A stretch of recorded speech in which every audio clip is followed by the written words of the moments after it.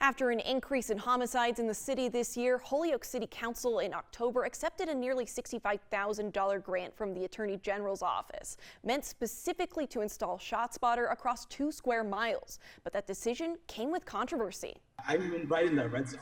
Right now, there should be shots coming in through my window based on the finger-mongering that was happening. Councilor Jose Maldonado Velez spoke out against the proposal during this September 1st meeting. He voted against the measure, however, it passed in a 9-3 vote in October. 22 News reached out to the city councilor for this story, but did not hear back. Meantime, in Springfield, Deputy Chief Stephen Kent said the department has used ShotSpotter for more than a decade. It was a series of microphones placed throughout the city. You have an application on your phone so that you receive the notifications on your phone. This was an incident from October 7th on Orange Street. The app was able to show the shooter was moving as the shots were fired and which direction the suspect was heading. Details Kent said can be crucial in an investigation, especially when most gunshots don't get reported to police. 70% of those, there were no 911 calls. We wouldn't have been notified that someone was shooting a gun in a neighborhood without the ShotSpotter. But does gun detection technology reduce crime? A 2021 study in the Journal of Urban Health found gun detection technology had no significant impact on firearm-related homicides or arrest outcomes. As for Springfield, we're not having a reduction in the number of shots fired, but I think we have an increased efficiency in responding to those shots fired. Springfield police said ShotSpotter reported 337 activations as of November 23rd. Among those activations, evidence of gunfire like shell casings was found in 308 incidents. That's nearly an activation a day, and each time, police have to respond. A concern Holyoke City Councilor Jose Maldonado Velez expressed on September 1st. What it's telling me is that it's going to send more police to Black and brown communities.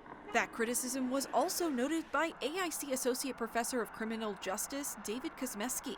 With the activation, police respond with the idea there's violence and potentially a gun, so that they're on heightened agitation or alert for that, which may lead to excessive stop and frisk. The Springfield Police Department would not say where gun detection technology is set up, but told the 22 News I-Team they are in areas with increased firearms activity reported. I asked Kent if officers are likely to treat people differently when they respond to these activations. He said if people there are standing around, they may be treated as if they fired the shots. Within the bounds of the law and the Constitution, but the officers have a right to protect themselves, and I would expect them to do that. And it may be inconvenient for somebody might like being yelled at or temporarily detained, but the bottom line is that it's a dangerous situation.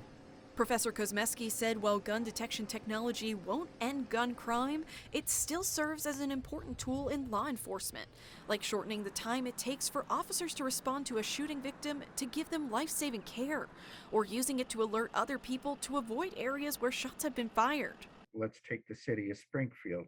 You're within city limits. If there's been a discharge of a firearm, that in of itself is a criminal act. Do you not want a quick response?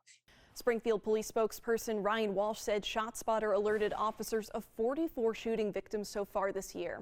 30 of those victims, he said, would not have been found without this technology. With the 22 News I-Team, Kate Wilkinson, 22 News.